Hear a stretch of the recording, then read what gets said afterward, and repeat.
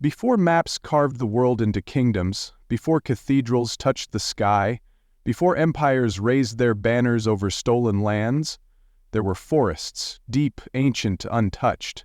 There were rivers that had never been crossed and tribes that had never bowed, and in the far reaches of an island Rome called Britannia, there lived a woman with wildfire in her blood and vengeance in her soul.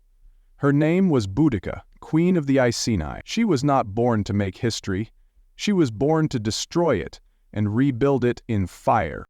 The Romans had ruled much of Britannia for years, but their grip was always cold, distant, and resented. They came with legions and laws, but also with cruelty and greed. They demanded taxes, demanded worship, demanded obedience. But there were still pockets of freedom, tribes who bowed only partially, kings who cooperated under terms Rome allowed. One of those was King Prasutagus, Boudica's husband. He ruled the Iceni in uneasy peace, his loyalty bought with autonomy. When he died, he left behind a will, half his kingdom to Rome, half to his 2 daughters. A compromise, a plea for peace. But Rome did not honor compromises. Instead, they came for it all. Roman soldiers marched into Iceni territory, seized lands, looted treasures, stripped power from tribal leaders. They entered Boudica's home, dragged her into the street, flogged her publicly, and worst of all, they raped her daughters. Not in secret. In front of the people, it was not war, it was humiliation. A message loud and deliberate: you are conquered.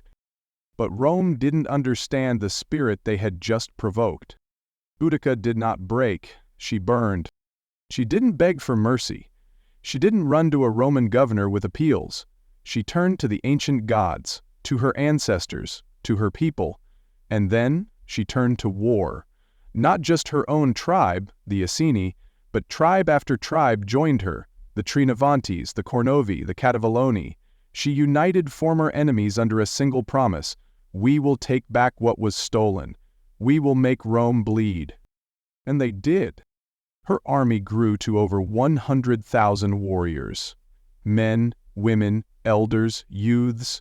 They marched with fury and freedom in their hearts, not for land or wealth, but for revenge.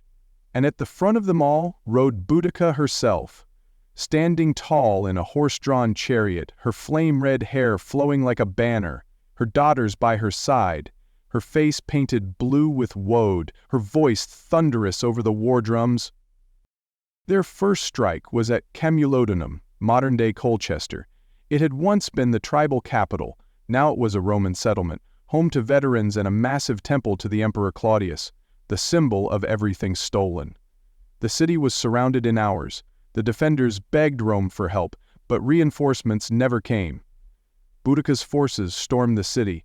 They tore down the walls, set the buildings alight, burned the temple with its priests still inside. They didn't just destroy the city, they erased it.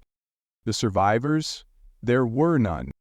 From Camulodunum they marched on Londinium, the Roman capital, the heart of Britannia. Governor Gaius Suetonius Paulinus had rushed back from campaigns in Wales, but he was too late. Londinium's citizens begged for protection, but Suetonius had barely 10,000 men. He abandoned the city to its fate. When Boudica arrived, she gave no mercy. Every Roman, every collaborator, was killed. The city was leveled. Fire consumed the buildings, the markets, the temples. The black ash from that destruction still lies beneath modern London to this day, a scar of rebellion written in the earth itself. Then came Verulamium, today's Studalbans, another Roman center, another target, another massacre. In just a matter of weeks, Boudica's rebellion had burned through 3 major Roman settlements. It's estimated that over 70,000 to 80,000 Romans and sympathizers were slaughtered. Soldiers, civilians, governors. No one was spared. This wasn't politics, it was retribution. And yet, Rome wasn't finished. Suetonius regrouped. Though outnumbered 10-1, the Roman general knew how to fight on his terms. He picked the perfect battlefield. Narrow terrain, woods at the back, open ground in front. No room for Boudica's massive numbers to surround him, When the battle began, her army charged like a storm, but Roman tactics were iron, shields locked, spears held, discipline absolute. The Britons, too many for the space, bottlenecked and panicked. Behind them, their own wagons, filled with families, supplies, and spoils, blocked their retreat. It was a slaughter. Tens of thousands of Britons were cut down, bodies stacked in mounds, blood soaked the grass. It wasn't a battle, it was a lesson. The empire had bent, but it would not break. And what of Boudica? The records split here. Tacitus, the Roman historian, claims she took poison and died quietly in the woods, refusing to be paraded in chains through Rome. Others say she disappeared into legend, a phantom in the mist. Her body was never found, her daughters never seen again. No grave, no monument, just whispers through the trees. But her spirit? That never faded. Centuries later, when Britain stood against another empire, Nazi Germany, Winston Churchill invoked her name. When women fought for the right to vote, for the right to rule their own lives, they raised statues of her chariot, wheels frozen in time. She became more than a queen, more than a rebel.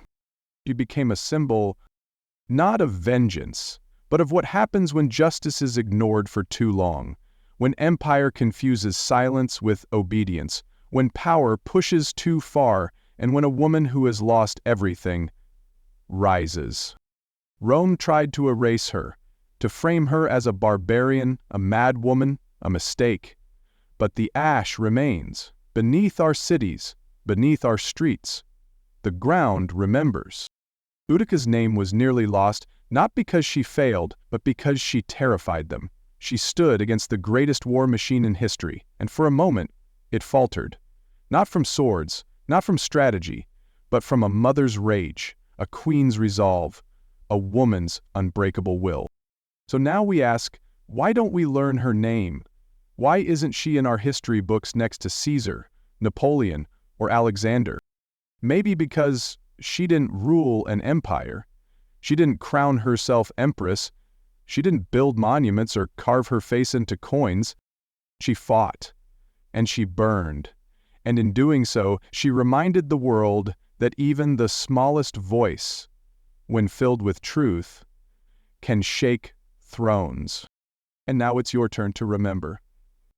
Don't let Boudica be buried in the dust of empire. If her story moved you, share it. If it made you feel something, comment below. If you want more untold stories from the shadows of history, subscribe, like, and ring the bell. Because this isn't just history. This is what they didn't want you to know. And Queen Boudica? She's not finished yet.